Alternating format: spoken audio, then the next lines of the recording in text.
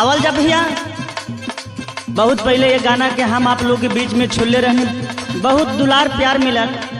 वही गाना के हम फिर ही नया अंदाज में छोड़तानी। हमके आशा ना विश्वास बा कि बहुत दुलार प्यार मिली। आवल जा कैसे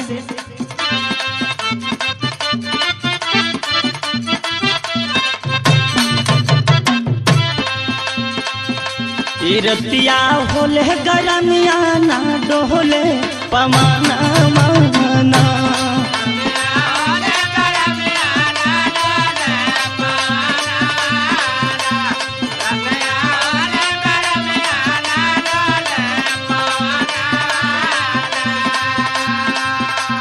रतिया होले गरमिया ना डोले पमाना माना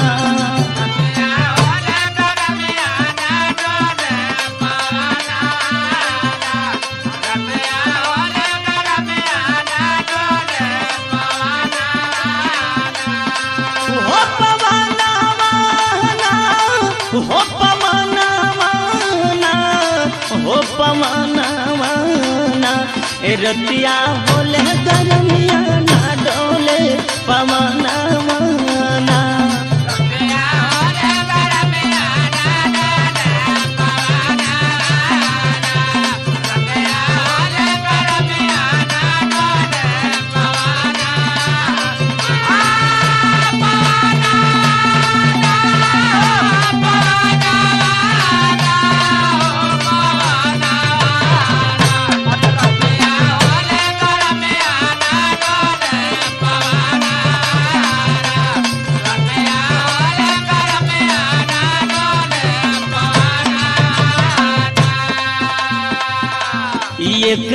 गरमी के मारे ऐसैया सूतले दुआरे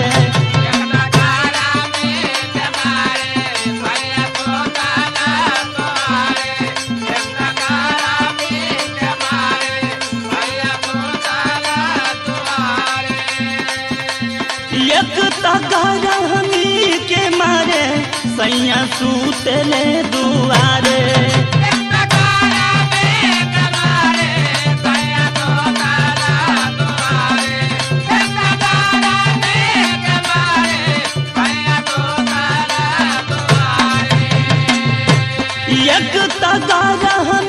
के मारे सैया सूतले दुआरे अब तह सास ननदिया मारेली मेहाना वाना